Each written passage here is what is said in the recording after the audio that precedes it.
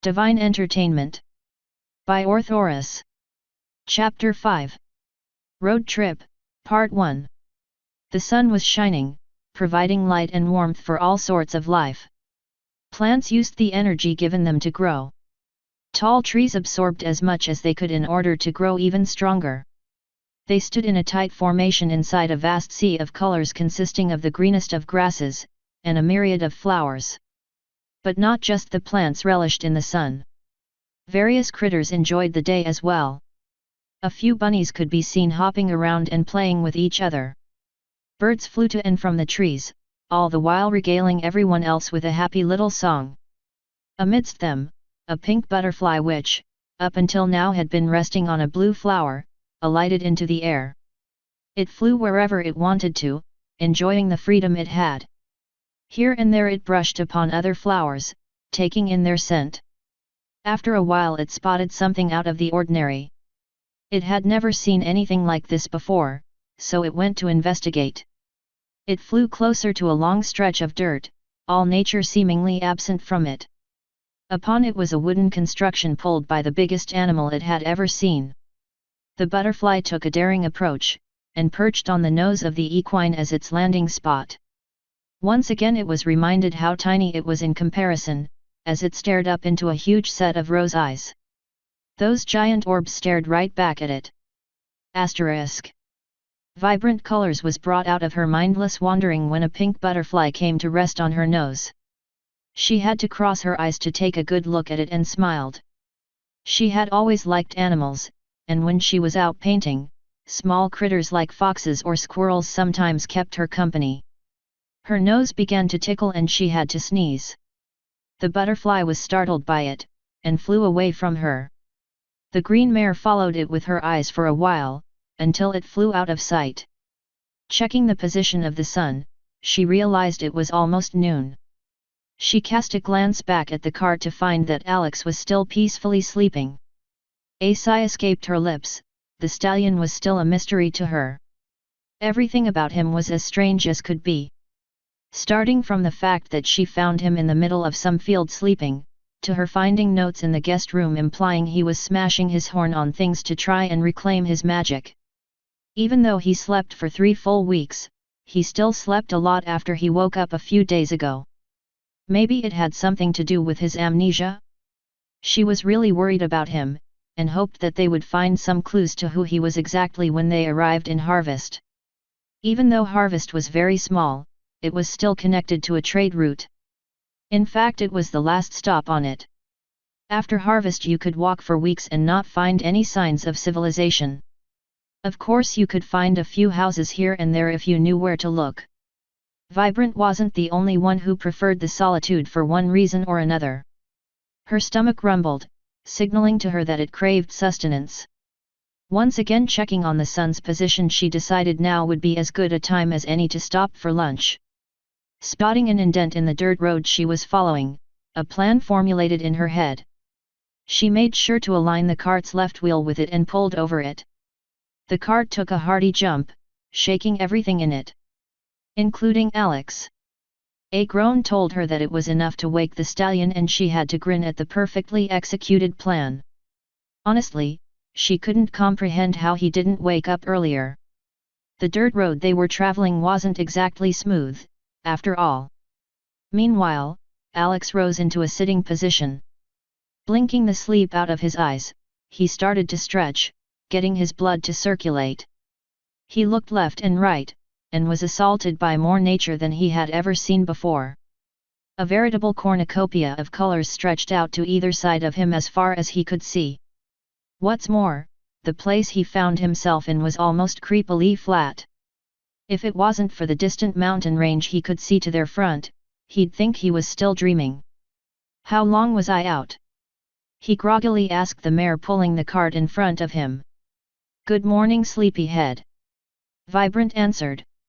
It's almost noon, so I'd say about 7 hours. How do you sleep so much? We went to bed at a reasonable hour yesterday. So you should have slept more than enough. She turned around to look at Alex. He had a brutal case of bedhead, so she had to snicker. Alex looked at her confused, tilting his head a bit sideways. I couldn't really sleep last night, so I read one of the books you had in your guest room. Alex lied. While it was true that he couldn't sleep, he most certainly didn't read a book. He once again spent most of the night experimenting with his magic. Alas, it was of no use. He tried everything he could, yet he could not get a single spark from his horn. Read anything good? Vibrant asked while redirecting her view back to the road in front of her. Colorful Flowers Guide to Colorful Flowers by Colorful Flowers. Alex had to frown at the title of the book. He didn't actually read it in his time staying at Vibrant's place, but the title was always an eyesore to him. How could anyone have such little imagination?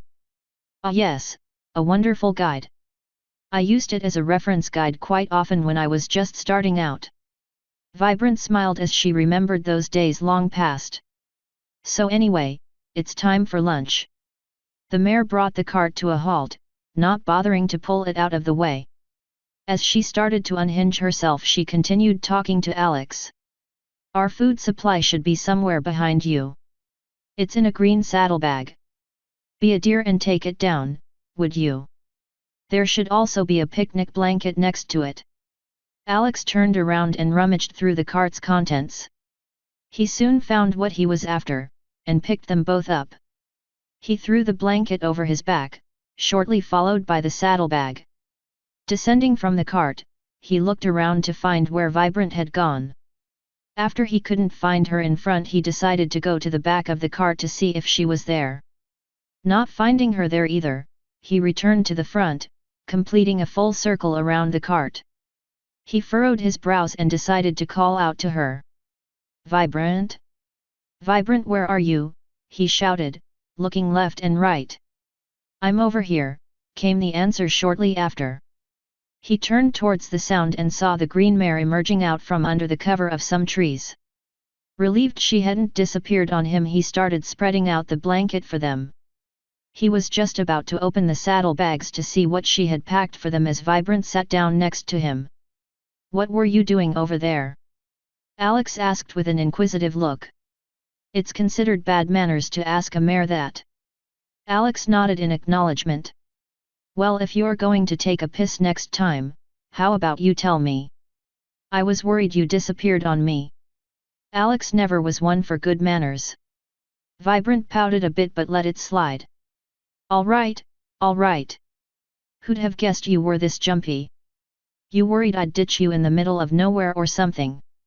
Well, I've only known you for a few days, so I'm more scared you're going to sell me into slavery or something. Alex took out 2 sandwiches from the saddlebag and gave one to Vibrant. I sure hope you don't though. Vibrant shot him a deadpan look, but took the sandwich from him anyway. You were sleeping in my guest room for 3 weeks straight. Who's to say I didn't take out and sell your kidney in that time? She smirked while taking a bite out of her sandwich. Well, I have no incision scars for one. That, and I would very much like to give you the benefit of the doubt. Alex was munching on his own sandwich at this point. They fell into an awkward kind of silence after that, and Alex took the time to look around once more. He noticed it at Vibrant's home too, but everything in this world seemed more colorful somehow. Maybe it was the absence of grey stone buildings. Maybe it really was more colorful. With no way to compare, he'd simply have to guess.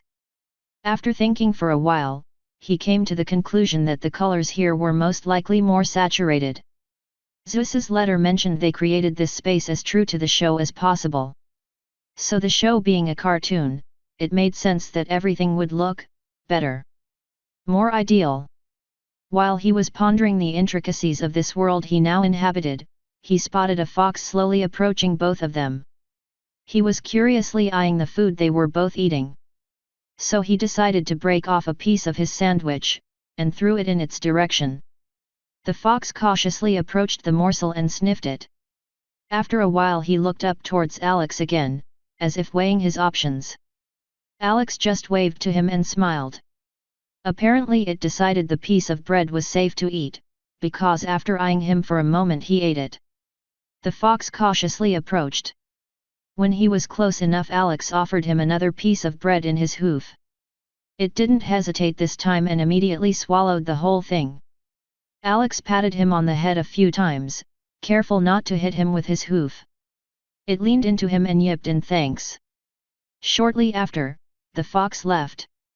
Going to do fox things, Alex presumed. Did you see that? Alex whisper shouted, barely able to contain his excitement. Back in Alex's hometown you could consider yourself lucky to even see a wild animal. That, and he just petted a wild fox. Something he thought he'd never get to do. Yet I did. Nothing special.